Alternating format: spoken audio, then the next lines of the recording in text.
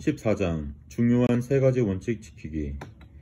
지금까지 세 가지 원칙, 세 가지 우선순위를 말씀드렸습니다. 이 원칙들은 저희 아내 앤이나 제가 만든 오틀런트 가문의 것이 아닙니다. 이 원칙들은 하나님의 말씀의 핵심이라고 할 수 있습니다. 요한복음 17장에 나타난 예수님의 기도를 보십시오.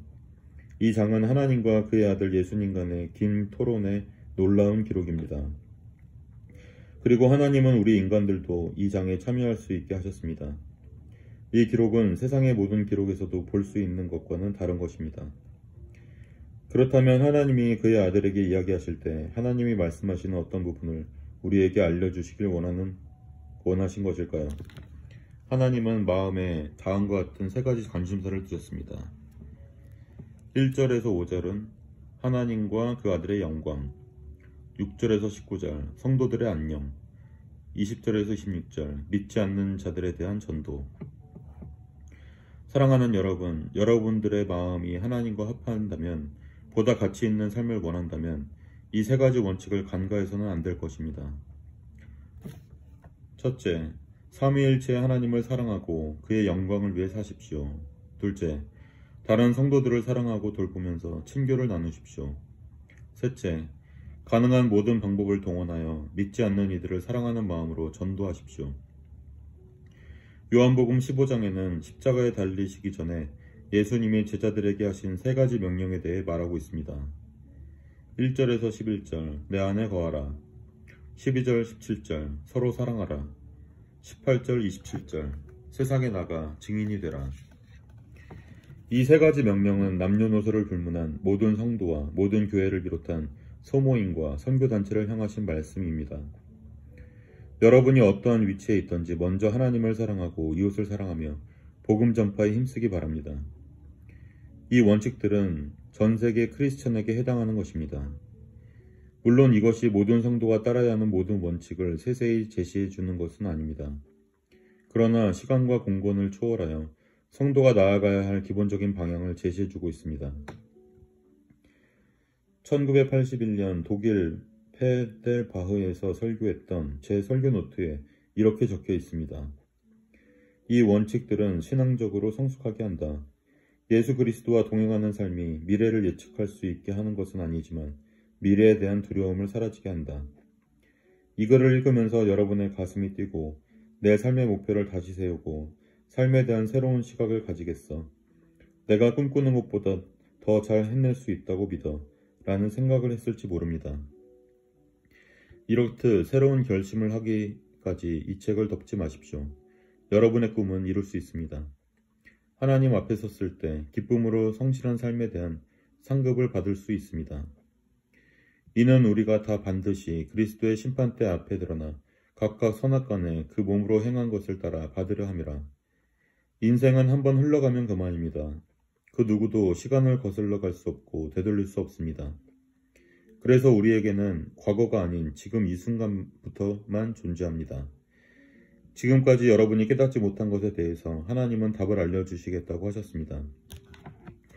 내가 소경을 그들이 알지 못하는 길로 이끌며 그들이 알지 못하는 첩경으로 인도하며 흑암으로 그 앞에 광명이 되게 하며 구분대를 곧게 할 것이라. 내가 이 일을 행하여 그들을 버리지 아니하리니. 크라이슬러사의 전직 회장 아이야 코카는 가장 중요한 것은 중요한 일을 중요한 사항으로 유지시키는 것이다 라고 했습니다. 광신자가 될까 염려스러우십니까? 조지 산타야나는 광신이란 목적을 잃고 노력을 배가시킬 때 생긴다라고 했습니다. 우리의 목적은 하나님을 향한 것이어야 합니다. 하나님께 소망을 두고 여러분의 삶을 하나님 앞에 맡기기 바랍니다. 이것은 광신이 아니라 목적이 따르는 삶입니다. 십자가의 도가 멸망하는 자들에게는 미련한 것이요 구원을 얻는 우리에게는 하나님의 능력이라. 이제 기도하는 마음으로 다음의 두 가지 사항을 고려하면서 하나님과 여러분 사이에 어떤 계획을 세우십시오.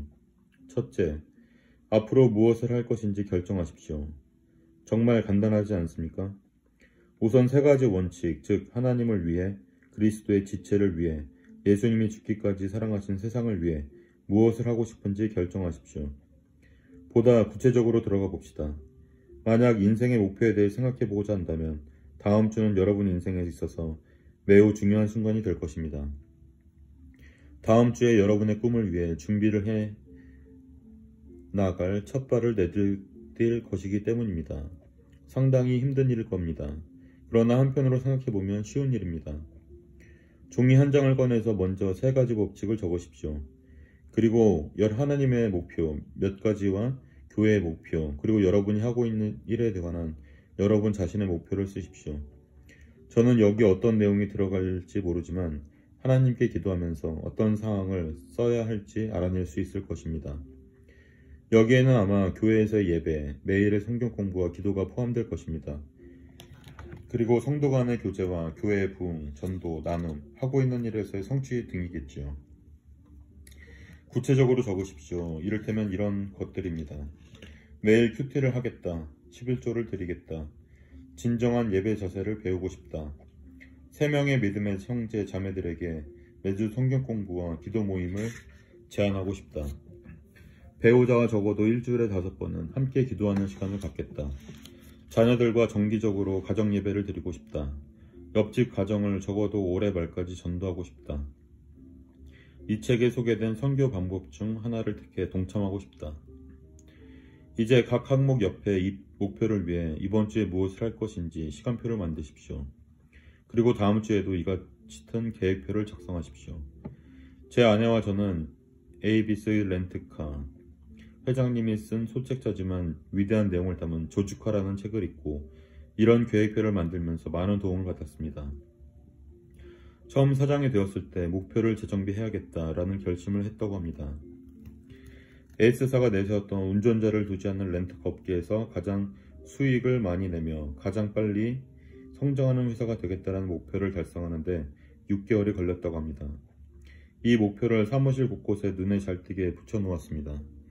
그리고 목표에 따라오지 못하는 지점은 과감히 폐쇄시켰습니다. 저의 아내와 저는 부부로서 함께할 수 있는 가운을 만들었습니다. 우리의 목적은 하나님을 영화롭게 하고 하나님의 이름을 높여드리는 것이다.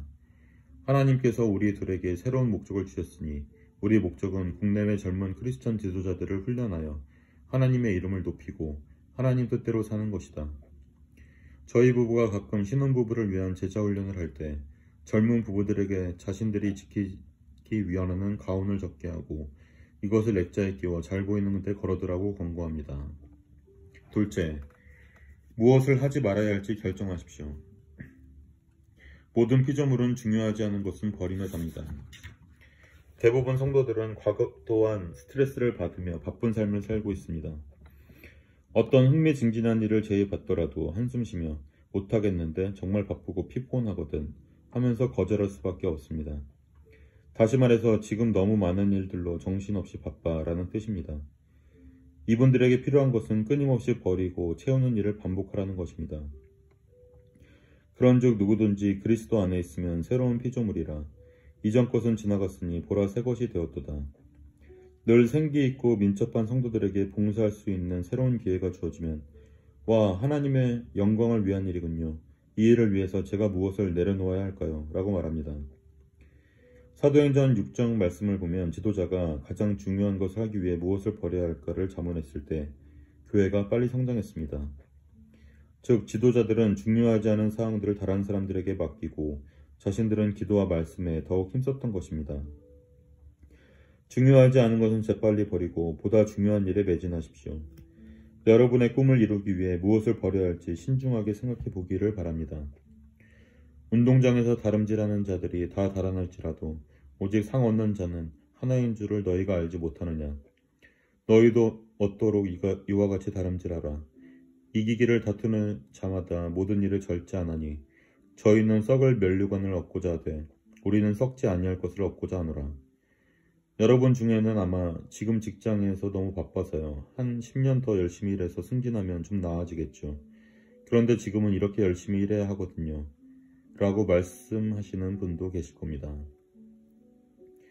여러분이 만일 너무 바빠서 하나님을 위해 일할 수 없고 배우자의 부탁을 들어줄 수 없고 좋은 부모가 될 수 없다면 그 일을 당장 그만두고 다른 일을 찾아보십시오.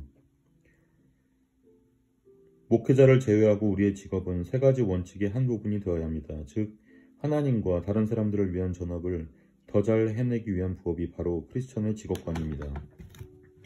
자, 이제 여러분이 지켜야 할 원칙과 삶의 목표를 적으셨습니까? 사실 누구나 이런 목록을 만들 수 있습니다. 마치 담배를 끊는 것과 같아서 목표를 세우는 것은 쉽지만 실제로 실천하는 것은 어렵습니다. 그러나 중요한 것은 이 원칙들을 성취하기 위해서 무엇을 포기할 것이냐 하는 것입니다. 누구든지 공력이 불타면 해를 받으리니 그러나 자기는 구원을 얻되 불 가운데서 얻은 것 같으리라. 교묘하게 우리의 영적인 힘을 갉아먹는 21세기의 유혹들은 텔레비전, 바나나 크림파이, 안락의자, 신용카드 등과 같이 곳곳에 산재되어 있습니다. 성도인 우리들은 때로 승리하기도 하지만 순간의 잘못된 판단으로 넘어지기도 합니다. 이제 저와 함께 주님, 제 인생을 기적으로 만들어 주세요 라고 기도합시다.